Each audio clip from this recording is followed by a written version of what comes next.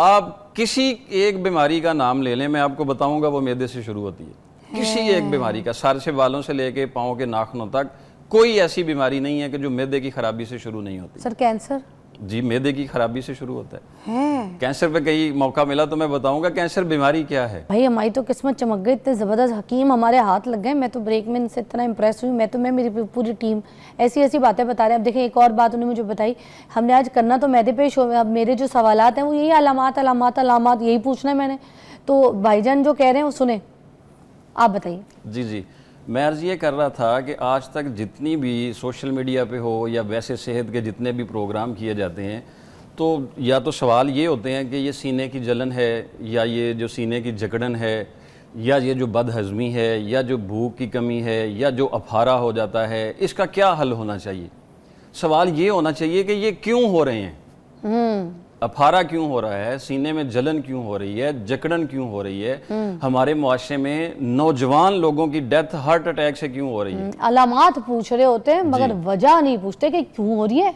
Very nice. किसी भी बीमारी का इलाज उस वक्त तक मुमकिन हो ही नहीं सकता जब तक आप उसकी वजूहात को ना जाने, उसके असबाब को ना जाने, बीमारी है कहाँ पर। अब एक मरीज मेरे पास आता है तो उसको हवा हो रही है, पेट में तेजाबियत हो रही है, तो किसी से भी पूछ लें आप इधर से तो वो कहेंगे हवा तो मैदे की खराबी से ही बनती है। लेकिन जब उसकी नब्ज चेक की गई तो पता चला कि इसके तो गुर्दे खराब हो रहे हैं। अच्छा, मतलब इनके जो नब्ज देख के पता चल जाता है। ये कोशिश की जाती है, ये हतमी इल्म नहीं होता है। अच्छा सुन ले, ये कोशिश की जाती है, जो बोल रहे हैं सच बोल रहे हैं, सच के सिवा कुछ नहीं कह रहे। वेरी नाइस, अल्हम्दुलिल्लाह, अल्लाह के फजल के साथ। असल में गुर्दों का काम होता है पानी को फिल्टराइज करना, जो हम पी रहे हैं। अगर वो कम कर रहे हैं और खुश्की बढ़ रही है और उनका जो सर्कल है वो ठीक नहीं हो रहा और वो खाली चल रहे हैं, तो वो भी हवा बना रहे हैं ना, हम उनको फकियां देना शुरू कर देते हैं। लेकिन मसला कोई और होता है, उस वजह से फिर वो बीमारी का सही हल नहीं हो पाता है, जिस वजह से फिर प्रॉब्लम बढ़ जाती है। हाँ सर, अब मुझे आपने वजूहात बतानी है, मैदे की कौन कौन सी बीमारियां हैं, वजूहात बताएं इनकी और क्यों क्यों है। मैदे की बीमारियां कौन कौन सी हैं, सवाल अभी भी ये कायम है। हाँ, मैदे की बीमारियां कौन कौन सी, मैदे की बीमारियां कौन कौन सी। आप टेस्ट करवाएं पूरे मेडिकल में मैदे की। आप किसी, माशाल्लाह बहुत सारी रिसर्च हो रही है, H. pylori एक ही टेस्ट करवाया जाता है मैदे का। हाँ हाँ हाँ। आपने कभी अल्ट्रासाउंड रिपोर्ट पढ़ी अपनी? नहीं। कहीं किसी की पढ़ी हो? देखिएगा उस पर स्टमक नहीं लिखा होता, बाकी सारा कुछ लिखा होता है। अच्छा, मतलब सारे ऑर्गन के लिखे हुए हैं लेकिन स्टमक नहीं लिखा हुआ कि उस पर क्या है। क्यों? ये आप किसी डॉक्टर साहब से सवाल कीजिएगा, मैं फिर अर्ज करूंगा बाद से मैं आपको। हाँ। मैदे के अमराज में से मैदे की साख्त का ख़राब हो जाना, जो मैदा है जो अल्लाह करीम ने हमें हाजमे के लिए दिया है, क्या ये अपनी साख्त से सुकड़ रहा है? मैदे का सुकड़ाव ये एक बीमारी है। अच्छा। मैदा सूज रहा है, ये एक बीमारी है। हाँ।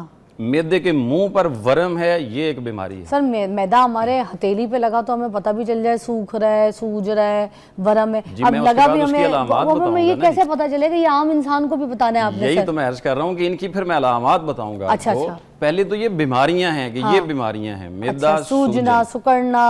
हाँ जी, सुकड़ना, सुकड़ाओ, ये एक बीमारी है। ग़िज़ा की नाली में एक इन्फेक्शन बन चुका है, ये एक जो है वो बीमारी है। ग़िज़ा की नाली में, ग़िज़ा की नाली में अगर इन्फेक्शन बन चुका है। फिर मैदे के अंदर जो रेशे हैं जिन्होंने ग़िज़ा को हजम करना है, वो रेशे कितने ख़राब हो रहे हैं, ये एक बीमारी है। अच्छा। H. pylori मतलब एक अल्सर है। खुदा ना खास्ता मैदे के अंदर कोई जख्म बन गया है तो उसको अल्सर जो है वो कहा जाता है। अच्छा। फिर जख्म से पहले एक सोजिश होती है, रैश होते हैं। हाँ। जख्म और चीज होती है, रैश और चीज होती है। हाँ। सोजिश उसको बोलते हैं जो रैश होती है, जख्म उसको बोलते हैं जो अल्सर बन चुका होता है। अच्छा। अब ये सारी चीजें जो हैं वो, अब इसके बाद फिर अंतड़ियों के मसाइल हो जाते हैं। आपने हमेशा कब्ज का नुस्खा पूछा, बदहजमी का नुस्खा पूछा, वो सोजन का, अफारे का नुस्खा पूछा।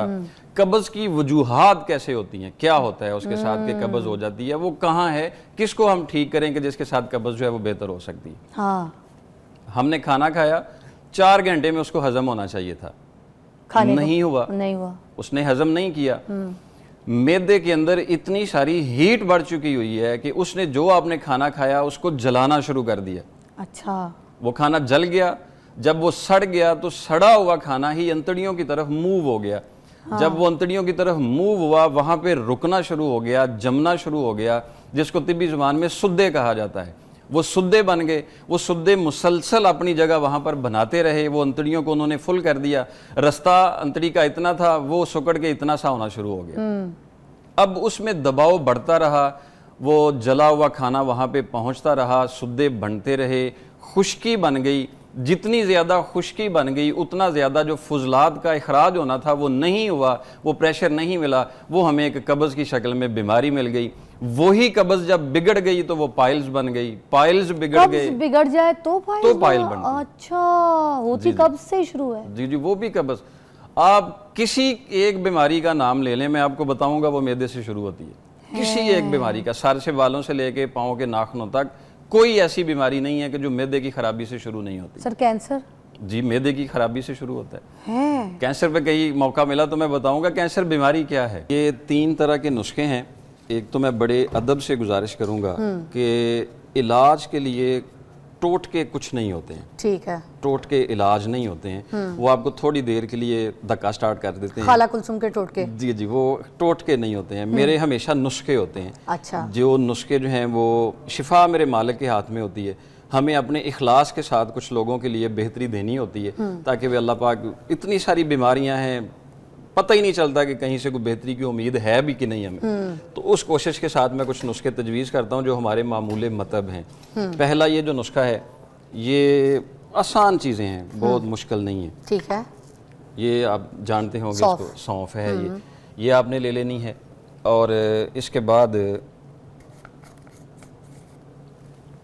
ये वैसे मैं पीस के लाया हूँ, ये मुलट्ठी है। अच्छा, ठीक है। आराम से जो है वो मिलने वाली है। मुलट्ठी भी पिसी भी मिल जाती है बाजार में, सही कह रहे हैं। जी जी, ये खुद पिसवानी चाहिए साफ करके। हाँ जी, खुद पिसवानी चाहिए। साफ कैसे करके सर? मतलब पहले इसको लें, इसको थोड़ा झाड़ें, साफ करें, कोई इस पे कोई चीज़ जाला शाला है, कोई भी चीज़ ऐसी है होता है। अच्छा, हाँ जी, क्योंकि ये इंसान ने खानी है, किसी ने तो देनी नहीं है। इलाज के तौर पर कोई भी चीज़ है उसको साफ करके देनी चाहिए। अच्छा, ठीक है। पीसने वाली कोई भी चीज़, घर में काली मिर्च भी पीसें तो साफ करके पीसें। काली मिर्चों को भी साफ करें? बिल्कुल साफ करके। उसमें देखें, हमारा मुल्क पाकिस्तान में काली मिर्च में बहुत सारी चीजें उन्होंने मिक्स की हुई होती है। सर हम तो काली मिर्च लाते हैं पैकेट और उसको पीसना शुरू नहीं नहीं, घर में आपके घर में ग्राइंडर है। हाँ जी, काली मिर्च साबुत लाएं। साबुत लाएं, उसको घर में जैसे आम साफ किया जाता है, उसमें कोई लकड़ी है, कोई तिनका है, जो जाली छन्ना होता है, जाली छन्ना है, उससे साफ कर लें। उसमें डाल दें। अच्छा। वैसे कुछ नजर आ जाएगा, इसमें कोई लकड़ी तो नहीं है, कोई ऐसी खराब चीज तो नहीं है जो इसमें, कोई मट्टी तो नहीं है इसमें, उसको अलहदा कर दें।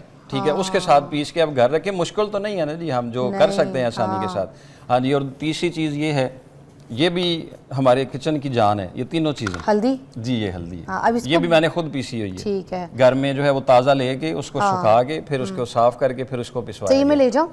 ओके जी, बिल्कुल। ये मुझे वो अपने मुंह के उपटन के लिए चाहिए होती है, बाद में ले जाऊंगी। अब ये 3 चीज़ें जो है आपने जो यहाँ पे ये बराबर वजन ले लेनी है। 50 ग्राम हल्दी, 50 ग्राम मुलट्ठी और 50 ग्राम ही सौंफ। ठीक, सौंफ नहीं पीसनी हमने? पीसनी है, बिल्कुल पीसनी है। अच्छा, इसको भी पीस लें, तीनों को पीस के अलग अलग, ये एक साथ भी पीस सकते हैं? बिल्कुल, एक साथ पीस सकते हैं। ठीक है, एक साथ हम मिकदार लेके पीस लिया, ये एक खूबसूरत सा नुस्खा बन जाएगा। ये किस चीज के लिए हम करें? ये आपकी आंतों की कमजोरी को ठीक करेगा, मैदे पर जो सोजन आई हुई है उसको ठीक करेगा, जो खाना खाने के बाद पेट पर भारीपन रहता है, तनाव होता है, उसको ठीक करेगा।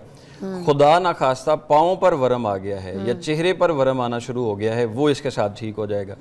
जो बहुत सारे मैदे की शुगर के जो पेशेंट होते हैं जिनके पैर सूज जाते हैं, जी, उनके लिए बहुत फायदेमंद है। गुर्दे के मरीजों के लिए बहुत ज्यादा फायदेमंद है। अच्छा, आप इन 3 चीजों को रिसर्च करें ना जी। सर जो हम गला वाला खराब हो जाता है, सुबह सुबह उठते हैं, भारी भारी बैठी बैठी आवाज होती है, तो मिलेठी तो गले के लिए भी अच्छी, तो क्या ये नुस्खा हम सुबह सुबह भी इस्तेमाल गर्म पानी के साथ ले सकते हैं? ओ, गला भी ठीक हो जाएगा? बिल्कुल ठीक हो जाएगा। अच्छा, अब हमने लेना क्या है? छोटा चाय का चम्मच लेंगे? बात फिर बढ़ जाती है, गला खराब क्यों होता है? क्यों होता है पहले तो ये जाने ना सर, बताएं प्लीज बताएं, मेरा बड़ा गला खराब रहता है।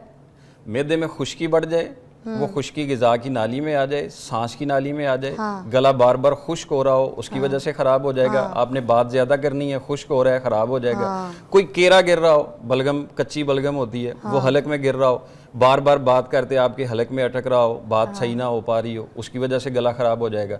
ये जो गर्दन के पट्टे होते हैं ये कमजोर हो रहे हो, उसकी वजह से गले पर दबाव आ रहा होता है, उससे गला खराब हो जाता है। कोई वायरल इन्फेक्शन आ जाए, जो मौसमी इन्फेक्शन होता है, कोई ऐसा हवा में इन्फेक्शन है, उसको आप ऐसा जो है वो हमलावर हो जाता है, उससे गला खराब हो जाता है, बहरहाल लंबी हो जाएगी, ये उसके लिए भी ठीक हो जाएगी। पूरे 5-6 शो कर लेंगे आपके साथ, टेंशन जी, मत जी। लें। अच्छा ये तो ये वाला। उसके लिए भी बेस्ट जी, उसके लिए भी और बेहतरीन इस वाले नुस्खे का कोई नुकसान नहीं है? अब देखें सौंफ का नुकसान कहीं से ढूंढे, नहीं है। मुलट्ठी का कहीं से ढूंढे। आंखें भी बल्कि अच्छी करता है, तेज कर देता है ना। बिल्कुल, बिल्कुल मुलट्ठी तो गले के लिए भी अच्छी, स्किन के लिए भी अच्छी है बिल्कुल ना। ऐसे ही, बिल्कुल और ये हल्दी तो वैसी एंटीसेप्टिक है। कोई नुकसान इनका ढूंढ के नहीं, देखें। कोई किसी भी चीज का नुकसान तब होता है जब वो आपके मिजाज के अगेंस्ट जाती है, मतलब वो आपके मिजाज के साथ नहीं अटैच कर पा रही है। तो ये हमने एक ऐसा नुस्खा तजवीज़ किया हुआ है, कोई भी मिजाज हो, कोई भी किसी तरह से भी हो, उस तरह से मरीज जो है वो इनको आसानी से इस्तेमाल कर सर सकते इसका मेन जो है वो पेट का फूलापन, हैं। जी जी, मैदे पर वरम, मैदे पर वरम, सूजन, हाँ जी, और भूख का ना लगना, भूख का ना लगना, मुसलसल सीने की जलन रहना।